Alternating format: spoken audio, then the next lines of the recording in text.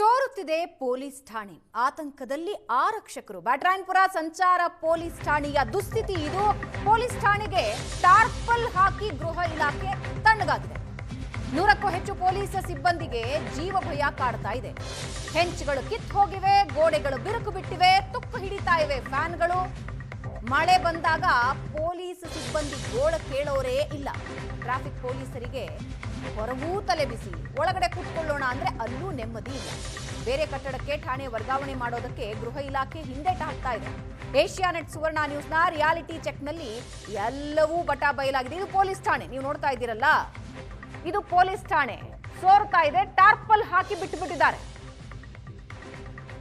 ಇದರ ನಿರ್ಮಾಣ ಮಾಡಿ ವರ್ಷಾನುಗಟ್ಲೆ ಆಗೋಗಿದೆ. ದುರಸ್ತಿ ಅಂತೂ ಆಗೇ ಇಲ್ಲ. ಮಳೆ ಬಂದ್ರೆ ಒಳಗಡೆ ಸೋರತ್ತೆ, ಗೋಡೆಗಳು ಬಿರುಕು ಬಿಟ್ಟಿವೆ. ಯಾವಾಗ ಠಾಣೆಯ ಯಾವ ಭಾಗ ಬೀಳುತ್ತೆ ಅನ್ನೋ ಭಯದಲ್ಲಿದ್ದಾರೆ ಸಂಚಾರಿ ಪೊಲೀಸರು. ಹೊರಗಡೆ ಸುಡು ಸುಡು ಬಿಸಿಲು,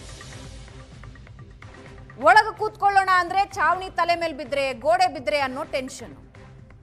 ಏಷ್ಯಾನೆಟ್ ಸುವರ್ಣ ನ್ಯೂಸ್ನ ರಿಯಾಲಿಟಿ ಚೆಕ್ನಲ್ಲಿ ಗೊತ್ತಾಗಿದೆ.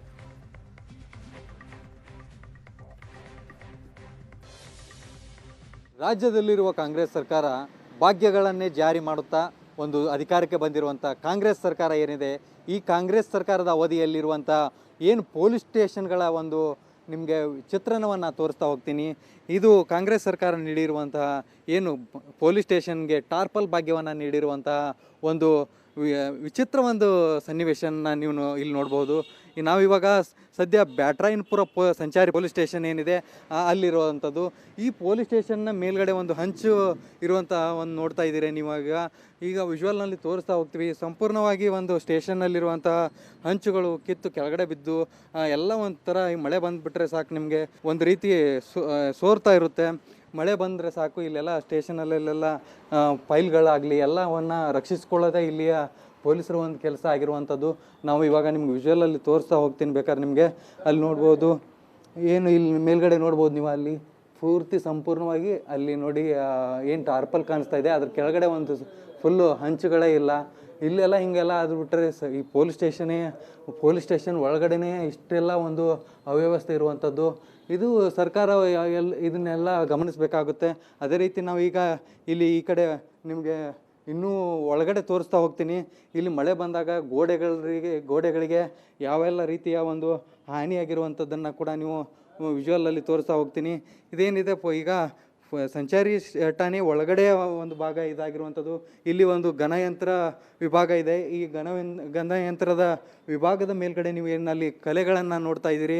ಈ ಏನು ಪಾಚಿಗಟ್ಟಿರುವ ರೀತಿ ಏನು ಕಾಣಿಸ್ತಾ ಇದೆ, ಇಲ್ಲೆಲ್ಲ ಮಳೆ ಬಂದಾಗ ಸೋರಿ ಅದೆಲ್ಲ ಬಂದು ಈಗ ಕೆಳಗಡೆ ನೀವು ಸಿಸ್ಟಮ್ಗಳಾಗಿರಲಿ ಎಲ್ಲ ಇದ್ದಾವೆ ಇಲ್ಲಿ. ಇಷ್ಟೆಲ್ಲ ಆದರೂ ಕೂಡ ಇದು 2-3 ಏನು ಇಲ್ಲಿ ಹೇಳುವ ಪ್ರಕಾರ ಒಂದು ವರ್ಷಗಳಿಂದ ಕೂಡ ಇದೇ ರೀತಿಯ ಒಂದು ವ್ಯವಸ್ಥೆ ಇಲ್ಲಿ ಇರುವಂಥದ್ದನ್ನು ನಾವು ಕಾಣಬಹುದಾಗಿದೆ. ಮತ್ತು ಇಷ್ಟೆಲ್ಲ ಸಮಸ್ಯೆಗಳಾಗ್ತಿದ್ರು ಕೂಡ ಈ ಮಳೆ ಬಂದ ಸಂದರ್ಭದಲ್ಲಿ ಅದೆಷ್ಟೋ ಸಲ ಇಲ್ಲಿ ದಾಖಲೆಗಳು ಕೂಡ ನೀರಲ್ಲಿ ತೊಯ್ದು ಹೋಗಿ ಹಾನಿಯಾಗಿರುವಂಥದ್ದು ಕೂಡ ಇಲ್ಲಿ ನಾವು ಕಾಣಬಹುದಾಗಿರುವಂಥದ್ದು. ಇಲ್ಲಿ ಪೊಲೀಸ್ ಸಿಬ್ಬಂದಿ ಹೇಳೋ ಪ್ರಕಾರ ಈ ಸಿಸ್ಟಮ್ಗಳಿಗೆಲ್ಲ ಮಳೆ ಬಂದರೆ ನಿಮಗೆ ಅದಕ್ಕೆಲ್ಲ ಅವನು ರಕ್ಷಣೆ ಮಾಡ್ಕೊಳ್ಳೋದೇ ಒಂದು ಕೆಲಸ ಆಗಿರುವಂಥದ್ದು.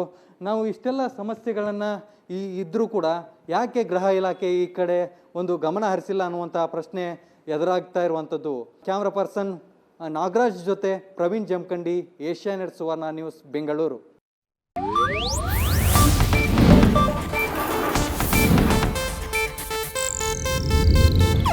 ಇದು ಏಷ್ಯಾನೆಟ್ ನ್ಯೂಸ್ ನೆಟ್ವರ್ಕ್ ಪ್ರಸ್ತುತಿ.